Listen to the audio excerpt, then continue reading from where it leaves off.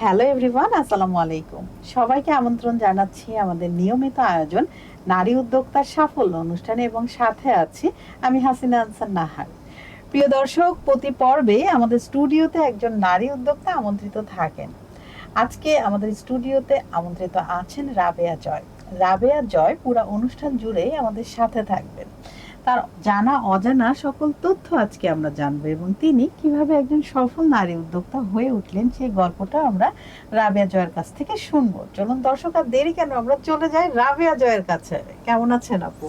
আলহামদুলিল্লাহ আপু, ভালো আছি। আপনি ভালো আছেন? হ্যাঁ, আমি খুবই ভালো আছি, কারণ আমাদের মিষ্টি রাবেয়া জয় আপু আছেন, যিনি কিনা পিঠার রানী। আমি তো ওনাকে পিঠা শিল্পী হিসেবে বেশি উনি পরিচিত, এবং ওনার হাতের পিঠা খাওয়ার সৌভাগ্য আমার হয়েছে। বাকিটা আপুর কাছ থেকে শুনি। আপু, আপনি আপনার পরিচয়টা আমাদের দর্শকদের দেন। আমি রাবেয়া জয়, আমার পেজের নাম পিঠার রাজ্য। আমি কাজ করছি গাজীপুর জয়দেবপুর থেকে। আপু, আপনার হাতের পিঠা খাওয়ার সৌভাগ্য আমার হয়েছে, এবং যতবারই খাই আমার কাছে একটা আলাদাই নতুন একটা স্বাদ লাগে। এবং আপনি তো অনেক জায়গায় বিজয়ী হয়েছেন, আপনি ফার্স্ট হয়েছেন, আপনি রানার্স আপ হয়েছেন, আপনি মানে কি বলবো, সবকিছু মিলিয়ে একটা খুব ভালো সময় যাচ্ছে। এবং 2025 মেবি আপনার জন্য খুব বেশি লাকি ছিল, যেটা আমি নিজেও জানি দর্শক। তো শুরুটা কিভাবে হলো এবং কত সালে? আপু, শুরুটা বলতে গেলে আমার 2021 সাল থেকে আমি শুরু করি এটা। তখন বাচ্চারা মোটামুটি একটু বড় হয়ে গেছে। তখন মাথায় আসে যে আমি কিছু করতে চাই। তো মোবাইল, তখন তো সবার হাতে হাতেই মোবাইল আছে। তো মোবাইলে দেখতাম যে সবাই বেশিরভাগই তখন কাপড়ের বিজনেসটা চলতো আর কি। খাবারটা খুব কমই দেখতাম আর কি, কাপড় নিয়ে কাজ করতো। তো ওটা দেখে আমার মাথায় আসলো যে আমিও কিছু একটা করি। তো সেখান থেকে মানে আপনি নিজে থেকে ডিসিশন নিয়েছি যে আমি কিছু করব। তখন অনেক ঘাটাঘাটি করি মোবাইলে, যে দেখি যে কোনটা করলে ভালো হয়। তো আমার মনে হলো যে আমি যেই কাজটা ভালো পারি সেই কাজটা নিয়ে আমাকে আগানো উচিত। তো মাথার ভিতরে কিভাবে যেন আসলো যে পিঠা নিয়ে তো কাউকে কাজ করতে দেখি না, কাপড় বা অন্যান্য খাবার নিয়ে দেখি, কিন্তু পিঠাটা এতটা অ্যাভেলেবেল না। তখন আমি পিঠাটা নিয়ে কাজ করার চিন্তা মাথায় আসার পরে আমি একবারে অল্প পুঁজি নিয়ে আমি শুরু করি নকশি পিঠা দিয়ে। আর আমার সিগনেচার পণ্য নকশি পিঠা। 1 কেজি নকশি পিঠা আমি তখন একটা সেল পোস্ট দিই আমার আইডি থেকে। তাও অনেক ভয়ে, যে কে কি বলবে সেটা মাথায় ছিল। অনেক ভয়ে ভয়ে আমি আইডি থেকে ওই সেল পোস্টটা দিই। দেওয়ার পরে দেখি যে তখন তো আইডিতে এত ফ্রেন্ড ফলোয়ার ছিল না আমার, তো অল্প কয়েকজন ছিল পরিচিত। তো আমার পাশের ফ্ল্যাটেরই এক ভাবি তখন আমাকে নক করে যে, ভাবি আপনি কি পিঠা সেল করেন কিনা? আমি বললাম যে হ্যাঁ, আমি তো কাজটা শুরু করছি, আপনি নিতে পারেন। তো ওই আপা আমাকে তখন একবারে রিজনেবল প্রাইজে আর কি, যে আমি দেখি যে কমের মধ্যে, তখন তো দাম টামে তো একটা বুঝতাম না যে কিভাবে এটা দামটা করতে হয়। যেটা আমরা উপকরণ কিনছি ওইটাই ধরে নিতাম। একটা কষ্ট হচ্ছে, ওটা কোনো বিল, গ্যাসের একটা বিল, এবং এই যে যাতায়াত করছেন এটার যে একটা খরচ, মানে এই বিষয়গুলো আমাদের কস্টিংটা তখন আমি করতেই জানতাম না। তখন আমি 500 টাকা কেজি মেবি নকশি পিঠাটা বক্স আকারে আমি দিতাম আর কি, কেজি হিসেবেও না, বক্সে যেই কয়টা ধরে ওরকম ভাবে দিতাম। তো আমার মনে আছে আমি 2 বক্স পিঠা ওনাকে দিয়েছিলাম, উনি আমাকে 250 টাকা দিয়েছিল। সেটা আমার কাছে এখন মনে হয় যে 2.5 লাখের সমান। এখনো মনে হলে যে সেই টাকাটা আমার মনে হয় যে অনেক আনন্দ পাই। ওই থেকেই শুরু। তারপরে আস্তে আস্তে বাড়াতে থাকি, যে শুধু নকশি পিঠা নিয়ে থাকলে তো হবে না, এটার পাশাপাশি দেখি আরও কি কি আইটেম করা যায়। তখন শীতের সিজন ছিল, আমি বিভিন্ন জেলার আঞ্চলিক যে পিঠাগুলা সেগুলা করতে শুরু করি। এখন আমার হ্যাঁ, আমি পিঠার কাজটা খুবই ভালো পারতাম আর কি, রান্নার কাজটা। তো সেইখান থেকেই 30 আইটেমের মতো পিঠা এখন আমার ইয়াতে আছে, পেজে আছে। আর কিছু ফিউশন নিজে নিজে তৈরি করি, মানে নতুন নতুন কিছু কাজ করতে ভালোবাসি, সেই জন্য কিছু ফিউশন করেও কিছু পিঠা বা ফুজন আইটেম নিজে করি। আর বিশেষ করে একটা জিনিস যোগ করছে আমার পেজে, এটা হচ্ছে ইদানিং আনারসের লাড্ডু। এটা এটা খুবই খাওয়ার সৌভাগ্য দর্শক আমার হয়েছে। আনারসের লাড্ডু এবং কাঁঠালের আচার, জি। আপনার ইউনিক আইটেম, এবং এই আইটেমটা তৈরি করে কিন্তু উনি ফার্স্ট হয়েছিলেন বিভিন্ন প্রতিযোগিতায়। এখন কাঁঠালের আচারের সাথে আমি মাশরুমের আচারটাও করতেছি। মাশরুমের আচারও তো এটা আমাদের এটাও একটু ইউনিক, কারণ এটা আমি দেখি না কেউ কোথাও করে। তো এটাও অনেক জনপ্রিয়তা পেয়েছে এবারের মেলাতে আর কি। আমি যে বিজয় মেলা করেছি ওখানে আমার কাঁঠালের আচার, মাশরুমের আচার প্লাস আনারসের লাড্ডুটা আচ্ছা, খুবই আপনাকে যদি অর্ডার করতে চাই কেউ, সেক্ষেত্রে ঢাকা থেকে কি অর্ডার করতে পারবে? হ্যাঁ, কিভাবে আমার করবে? পুরো আপনি বাংলাদেশি, একটু জানিয়ে দেন আমাদের দর্শক। আমার পেজ থেকে পুরো বাংলাদেশি আমরা অর্ডার নিয়ে থাকি। তো সেই ক্ষেত্রে আমাকে অর্ডার করার আগে 4-5 দিন সময় দিতে হবে। আমাদের মোবাইল নাম্বার আছে, ওই মোবাইল নাম্বারে বা পেজে নক দিয়ে আমাকে অর্ডার কনফার্ম করতে হবে। আচ্ছা, আপনার তো ডেলিভারি ম্যান আছে, যথা সময় জি। পৌঁছে দেবে। কিছুদিন আগে আপনি মাই টিভিতে অনেকগুলো অর্ডার করেছিলেন, সে জি বিষয়ে আপু, আমার মাই টিভি, কতগুলো ছিল আপনার পিঠা? মাই টিভিতে আমার 86টা পিঠার ডালার অর্ডার ছিল। সেখানে এক একটা ডালায় আপনার 32 পিস করে পিঠা গিয়েছিল।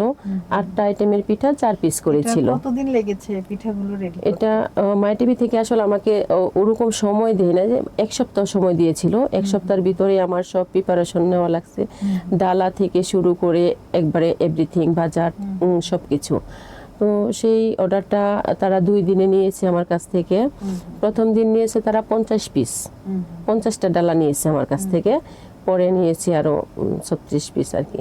চমৎকার। তো Review কেমন ছিল? রিভিউ আলহামদুলিল্লাহ। ওনাদের প্রথমে আমি ওনাদেরকে একটা স্যাম্পল দিয়েছিলাম। সেই স্যাম্পলটা অফিসের সবাই মিলে যখন খেয়ে এবং যে চেয়ারম্যান উনি নিজেও খেয়েছে, খেয়ে ওনারা আমাকে অর্ডারটা কনফার্ম করেছে এবং পরবর্তীতে রিভিউ মাশাআল্লাহ খুব ভালো পেয়েছি। আর এই অর্ডারটা আমি একা করতে পারি নাই, যেহেতু সময় অনেক কম ছিল। হ্যাঁ, এতগুলো অর্ডার। হ্যাঁ, আমার সাথে আরো 2-3 জন উদ্যোক্তা আমি সাথে নিয়েছিলাম। তারা আমার মতোই পিঠা নিয়ে কাজ করে, ওদেরকে সাথে নিয়ে আমি অর্ডারটা চমৎকার শেষ করতে পারছি আর কি। পিঠা শিল্পী আপনি নিজেও করছেন এবং আরো মানুষকে উদ্যোগী করছেন এবং তাদের কর্মের সংস্থানও করছেন। তবে এই অর্ডারটা নেওয়ার সময় আমার একটু ভয় কাজ করতেছিল যে এত বড় একটা অর্ডার আর মাই টিভির মতো এত একটা জায়গা আমি কি পারবো। তো আমার হাজবেন্ড ফুললি সাপোর্ট দিছে আমাকে। ঢাকা থেকে যে ডালাগুলো অর্ডার করে নিয়ে আসা, ডালা সাজানো, সব সে আমার সাথে রাত জেগে জেগে কাজ করছে। হ্যাঁ, উনি সাপোর্ট না দিলে আমার সম্ভব হতো না এটা। পারিবারিক ভাবে আসলে ওনার কাছ থেকে আমি অনেক সাপোর্ট পেয়েছি, সব বিষয়ে পরামর্শ। প্রথম একটা অর্ডার আসলে আমি ওনার কাছ থেকেই সাজেশন নিই, অর্ডারটা আমি কিভাবে করব, তার সাজেশনে আমি সবকিছু করি। না, এটা তো অবশ্যই পারিবারিক সাপোর্ট ছাড়া আমরা যারা এশিয়ান কান্ট্রিতে বসবাস করছি কোনোভাবেই কোনো নারীর পক্ষে মানে উন্নতি বা কিছু একটা করা সম্ভবই না। তো এই যে পারিবারিক সাপোর্ট পেয়েছেন, বাট বাধা তো নিশ্চয়ই কিছু ছিল। তো সে বাধাগুলো কি সামাজিক ভাবে ছিল না পারিবারিক ভাবে? পারিবারিক ভাবে আমি কোনো বাধা পাই নাই আপু। আমার মা থেকে শুরু করে আমার যে শ্বশুরবাড়ির আত্মীয় স্বজন আছে সবাই আমাকে সাপোর্ট করে। আমাকে অনেকভাবে ওরা সাপোর্ট করে, যেমন আমার মানসিকভাবে বিশেষ করে যে আপনি পারবেন, এটা করেন, এটা তো খারাপ কিছু না এভাবে।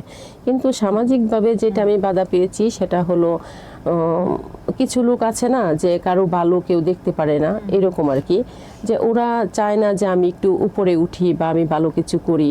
সেজন্য হয়তো পিছন থেকে ওরা টেনে ধরে আর কি। যেমন অনেক কটু কথা বলে যে পিঠা বিক্রি করতেছে আর কোনো কাজ পেল না, এরকম অনেক কথা আমার শুনতে হয়েছে। কিন্তু আলহামদুলিল্লাহ এখন যেই আমি পর্যায়ে পৌঁছেছি, এখন ওনারাই আমার কাছে আসে সাজেশনের জন্য যে কিভাবে কি করব, আমিও অনলাইনে কিছু করতে চাই। এটা আমার কাছে এখন অনেক ভালো লাগে। তবে আমার না, ওনাদের প্রতি আমার কোনো রাগ নেই। ওনাদেরকে আমি যতটা সম্ভব, হ্যাঁ যতটা সম্ভব, একজন নারী যে একজন উদ্যোগী হতে পারে, পিঠা বিক্রি করে আর্ন করেও উনি অনেক ইনকাম করতে পারে এবং নিজের পরিবারকে সহায়তা করতে পারে, এই ধারণাটাই ছিল না। এই ধারণা ওই সময় কারোরই ছিল না। এটা আসলে অনলাইনে যে আমাদের যে করোনার একটা ব্যাপার ছিল, এর পরের থেকেই কিন্তু এই উদ্যোক্তারা এত বেশি ইন্সপায়ার হয়েছেন, তারা উদ্যোগী হতে চেয়েছেন এবং অনেকে ঝরেও গিয়েছেন যারা স্কিলড ছিলেন না। আপনি তো অনেকগুলো কোর্স করেছেন। কোর্স করেছেন? আমি বেকিং এর উপর লেভেল 3 করেছি। মহিলা বিষয়ক অধিদপ্তর থেকে আমি 3 মাস ব্যাপী একটা কোর্স করেছি। আর বিসিক থেকে আমি উদ্যোক্তা ট্রেনিং নিয়েছি 5 দিনের। 12 দিনের অন দ্য জব ট্রেনিংটা আমি নিয়েছি। এটা হচ্ছে জ্যাম, জেলি, আচার এগুলোর উপরে। তাছাড়া আনারসের লাড্ডুটার উপরেও আমি কৃষি গবেষণা থেকে, পোস্ট হারভেস্ট থেকে একদিনের একটা ট্রেনিং নিয়েছিলাম। বাহ, চমৎকার চমৎকার। এই আসলে স্কিলড না হলে কোনো কাজই করা সম্ভব না। আজকে আপনার আচার এত সেল হচ্ছে কারণ প্রসেসটা আপনি জানেন, জি, আপনার লাড্ডু এত সেল হচ্ছে কারণ প্রসেসটা আপনি জানেন। আপনি ইউটিউব দেখেই সবকিছু করতে পারবেন, ইউটিউব থেকে একটা ধারণা নিতে পারেন। দর্শক, আপনারা ইউটিউব থেকে একটা ধারণা নিতে পারেন, তবে ওই রেসিপি যে একদম সঠিক হবে সেটাও না, আবার সঠিক হতেও পারে। আসলে যে যেভাবে করে, যে যেভাবে করে অভ্যস্ত। তবে অবশ্যই আপনাকে একটা কোর্সের মাধ্যমে আসতে হবে। আপনি সরকারি বিভিন্ন উদ্যোগ আছে, যেমন আপু নিয়েছেন, সেগুলোতে কিন্তু টাকা পয়সা আরো আমাদেরকে তারা দেয়, আমাদের দেয়া লাগছে না। সো এত এত সুবিধা আমাদের সরকার দিয়েছে, প্রশাসন দিয়েছে, সো আমরা কেন এগুলো নিব না? আমাদের জন্যই তো, তাই না? তাহলে আমরা এগুলো করে আমরা নিজেদেরকে আরো বেশি আত্মবিশ্বাসী এবং স্বাবলম্বী করে তুলি। এই বিষয়টা করতে হবে। এই যে যে বাধাগুলো আপনার ছিল, এটা কি আপনার মানসিকভাবে কখনো আপনার ক্ষতিগ্রস্ত করেছে, দুর্বল করেছে? মাঝে বা মাঝে আর্থিকভাবে বা সামাজিকভাবে, মানে কোন ভাবে আপনি ক্ষতিগ্রস্ত হয়েছেন এই টোনগুলোর জন্য? এই কথাগুলোর জন্য মাঝে মাঝে আসলে যখন একা থাকতাম তখন মানসিকভাবে একটু ভেঙে পড়তাম। কিন্তু যখন আবার আমার কাছের যারা ছিল তারা যখন বলতো যে পাছে লোকে অনেক কিছু বলবে, তোমার কাজ তুমি করে যাও, তুমি এগিয়ে যাও, তোমার সফলতা যখন আসবে তখন তারা এমনিতে নিজে থেকে চুপ হয়ে যাবে, তখন আর মনে কষ্ট লাগতো না মানসিকভাবে, তখন আর কোনো কিছুই মনে হতো না আর কি। তখন এটাকে আমি শক্তি মনে করে এগিয়ে যেতাম। আপনার এই যে খাবারগুলো তৈরি করছেন, কোন দিকটা খুব বেশি খেয়াল রাখেন যে আপনার কাস্টমারকে দিতে হবে, তাহলে আমাকে এই এই বিষয়গুলো একদম সঠিকভাবে করতে হবে? কারণ দেখুন, খাবারের পেজ কিন্তু অনেক আছে, আপনার কাছেই কেন মানুষ অর্ডার করবে? এই বিশেষ আপু, আমি খাবার যখন তৈরি করি তখন আমি হাইজিনটা বিশেষ করে ফ্রেশনেসটা দেখি এবং হাইজিনটা মেনটেন করি। আর দামের ক্ষেত্রেও একটু কম্প্রোমাইজ করি, সেটা হলো যতটা না নিলেই নয় ওইরকম একটা প্রাইস আমি দিই প্রথমে, যে ওনারা আগে খেয়ে দেখুক আমার খাবারের স্বাদটা কীরকম। যখন ওদের কাছে ভালো লাগে তখন আর দাম নিয়ে ওনারা কোনো কথাই বলে না, তখন দেখা গেছে যে যত দামই হোক আমার কাছ থেকে তারা খাবার নিবেই, অর্ডার করবেই।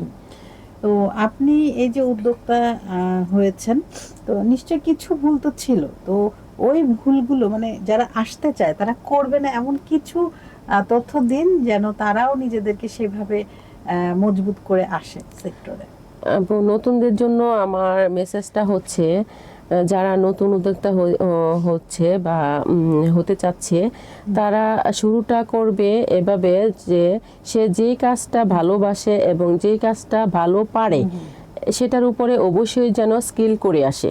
একটু লেখাপড়া না করলেই হয় না, এটার সম্বন্ধে আমার জানতে হবে সবকিছু, সেটা জেনে আসে এবং প্রাইজিং, তারপরে হাইজিন, এই জন্য এইগুলো যেন একটু মেনটেন করে। দর্শক আসতে হবে, আপনাকে স্কিলড হয়ে আসতে হবে মোট কথা, না হলে কিন্তু টিকে থাকতে পারবেন না, ঝরে যাবে। আর মজবুত করতে অবশ্যই আরেকটা কথা হচ্ছে যে কাউকে দেখে যেন সে কাজটা শুরু না করে, যে নিজের আছে সেটা ওটা প্রকাশ করে যেন। আজকাল দেখা যায় অনেক উদ্যোক্তাই, হয়তো আপনি খাবারের আর একজন কাপড় হয়তো খুব বেশি সেল করছে, সে দেখাচ্ছে সেভাবে অনলাইনে। আসলে অনলাইনে আমাদেরকে যে যেটা দেখে আমরা কিন্তু সেটাই বিশ্বাস করি। সো আসলে কি আদৌ হচ্ছে কিনা সেটা কিন্তু আমরা জানছি না, বাট আমরা দেখছি হচ্ছে। তো আপনি খাবার রেখে আপনি ভাবছেন আমারটা বেশি লাভ হচ্ছে না, সেল হচ্ছে না, আমি চলে যাই, ওনার ওইটাতে মনে হয় অনেক লাভ হবে। কিন্তু ওই যে যখন সে এটা স্কিপ করে ওইখানে রান করছে, তখনই কিন্তু সমস্যাটা হচ্ছে, কারণ সেই বিষয়ে তার কোনো আইডিয়া নেই। ওখানেও কিন্তু সে এজন্যই উদ্যোগটা ধরে রাখতে হবে, অবশ্যই লক্ষ্যটা স্থির রাখতে হবে। তারপর আপনার ভবিষ্যৎ পরিকল্পনা? আপু, আমার ভবিষ্যৎ পরিকল্পনা হচ্ছে আমার একটা বড় সড়ো একটা আউটলেট হবে, ওখানে আমি সব রকমের পিঠা রাখবো। স্কুল কলেজের যে ছেলে মেয়েরা বাহির থেকে টিফিন কিনে খায়, একটা সিঙ্গারা কিনে খায়, একটা সমোসা কিনে খায়, এটা কিন্তু স্বাস্থ্যসম্মত না। তো আমি চাচ্ছি যেন আমার এখানে স্বাস্থ্যসম্মতভাবে সবকিছু পাবে এবং তারা বিভিন্ন আঞ্চলিক পিঠার সাথে পরিচিতি লাভ করতে পারবে, কারণ শহরের ছেলেমেয়েরা অনেক পিঠা চিনি না। তো আমি চাচ্ছি ওদেরকে ওই পরিচিতিটা দেওয়ার জন্য। চমৎকার, আপনার উদ্যোগ অনেক সুন্দর এবং ফিউচারের উদ্যোগগুলো যেটা নিতে চাচ্ছেন সেটা শুনে খুবই ভালো লাগলো। আমরা কিন্তু কথা বলতে বলতে অনুষ্ঠানের একদম শেষ দিকে চলে এসেছি। আপনার কেমন লাগলো আমাদের প্রোগ্রামে এসে? আপু, আমার কাছে তো খুবই ভালো লাগছে, আর এরকম একটা প্ল্যাটফর্মে এসে আমার সবকিছু শেয়ার করতে পেরে আসলে আমি অনেক গর্বিত। ধন্যবাদ জানাই আপু আপনাকে এবং eকুশে.com-কে। ভবিষ্যতে ডাকলে আবারও আসবো ইনশাল্লাহ। অবশ্যই আপনি সাথে থাকবেন, আমাদের পাশে থাকবেন, আবারও নতুন কোনো আয়োজনে আপনার সাথে আমাদের দেখা হবে। ইনশাআল্লাহ। বেশি ভালো থাকবেন। আল্লাহ হাফেজ। আল্লাহ। দর্শক, আপনারা যারা এতক্ষণ আমাদের সাথে ছিলেন, আপনাদের সবাইকে অসংখ্য ধন্যবাদ। আপনারা চাইলেই কিন্তু আমাদের এই অনুষ্ঠানে আসতে পারেন, সেক্ষেত্রে আমাদেরকে ইনবক্স করতে পারেন, ইমেল অ্যাড্রেস দেওয়া আছে, ইমেল করতে পারেন, নাম্বার দেওয়া আছে, কল করতে পারেন, অথবা আমার এই পোস্টের কমেন্ট বক্সে কিন্তু কমেন্ট করতে পারেন। দর্শক, প্রতি পর্বে আমাদের প্রত্যাশা থাকে নারীর স্বাবলম্বিতা এবং নারীর সফলতা, নারীর জীবন ভরে উঠুক সফলতায়। এই কামনায় আজকের মতো আমি হাসিনা আনসার নাহার বিদায় নিচ্ছি। আবারও নতুন কোনো অতিথিকে নিয়ে আপনাদের সবার মাঝে উপস্থিত হব। ততক্ষণ পর্যন্ত আপনারা সবাই ভালো থাকুন, সুস্থ থাকুন এবং আমাদের সাথে থাকুন। আল্লাহ হাফেজ।